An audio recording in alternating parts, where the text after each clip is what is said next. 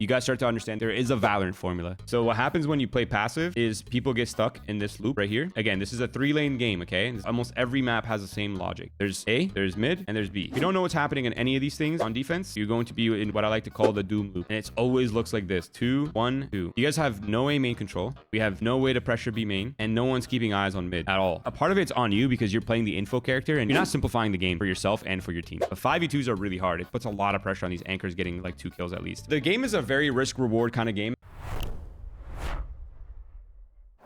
Immediately, I'm already thinking, okay, this is my usually tip and trick for initiator players / sentinel players in Ascendant, Elo, and actually even all the way up to like high immortal. You should always get information on the pistol round. Like it's far more important than anything.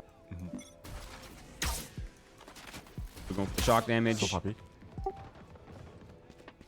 Like right here, this could be like a fake. Nice.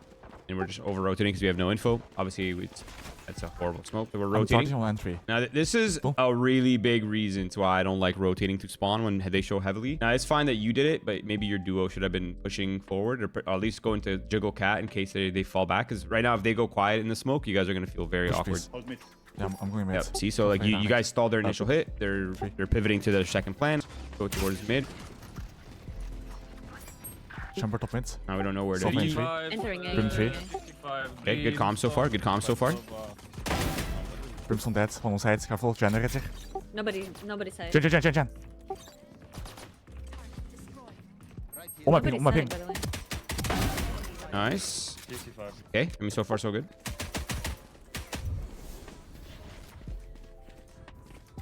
Okay, I like it. Orb farming, and then the round ends. Awesome. I mean, mechanically, obviously, you're already pretty good. Is your game plan just to throw dart and try to win round with ghosts from heaven against rifles? I'm actually asking, like, were you thinking about it, or were you just kind of like autopiloting? But normally you do this with like a weapon, right? Like a rifle. So you're just doing something you like repeatedly do with this agent. You're like not thinking too much about it. Foreign.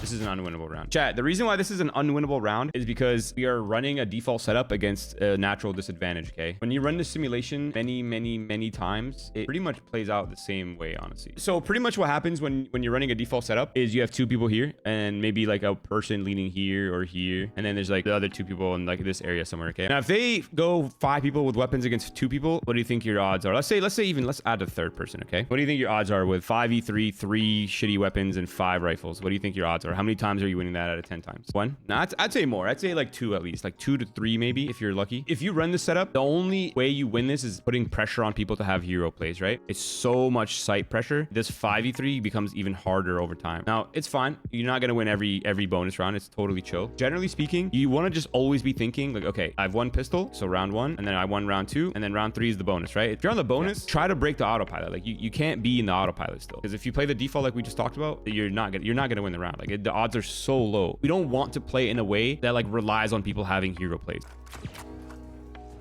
Okay, they're joining. Shock would have been good here to break that and do damage. Raisin rotating fast. Oh man, you should have gone out there. What if they're just running it down? Right here, you have to assume that this is a rush, right? And what you're doing is not really like a good rush protocol. Kind of just scrambling, and you're also forcing yourself to go outside the smoke, which makes it awkward. Now, if your plan is to play spam off dart, that's fine. As long as that's in your head, like, hey, I'm going to fall back. I'm getting ran down. Or if they're rushing, I'm going to fall back and play off dart. Again, you need to be very communicative, and you need to be on the same page with the person you're playing on site with at this elo. Like, there's really no excuses at this point. It kind of feels like that you guys are never in any winning positions, like ever at any point. You guys have the only round that you guys have been in winning positions is the round where you like over rotated. That's been the only round. Every other round has been we're getting split defaulted on. There's like people in mid, there's people in B main, there's people pressuring A, and we're like not fighting into them whatsoever. And this is a really common thing that happens. It even happens in our 10-mans when I'm playing them in here, even with higher elo. This happens all the time. People start to like lose scenarios, and then their intention is, oh, we need to stop dying. Like they cut risk.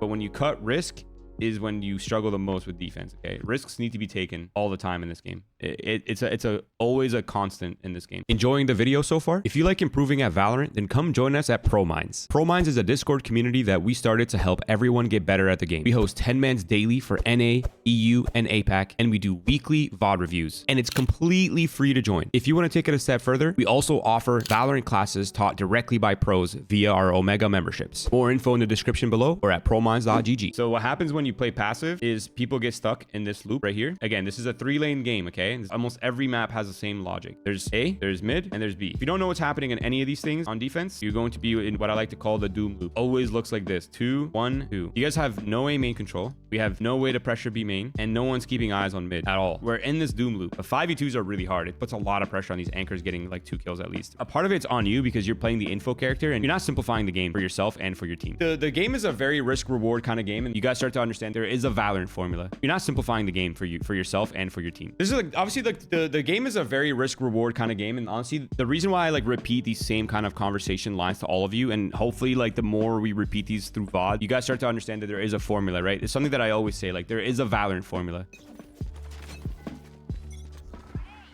Smokes mid. Careful. A split. Okay. Nice shot, Do Omen. you identify that it could be an A split? Sova A. Phoenix A. Okay. I'm gonna re-clear lurker. I'm gonna grab a gun actually instead. Phoenix is true on site. Phoenix is true on site. Yeah, I did not see the Phoenix. Last one is main. I mean, you heard the Phoenix, and he never showed sight. Phoenix is true on site. It's so obvious they're pushing you, to be honest.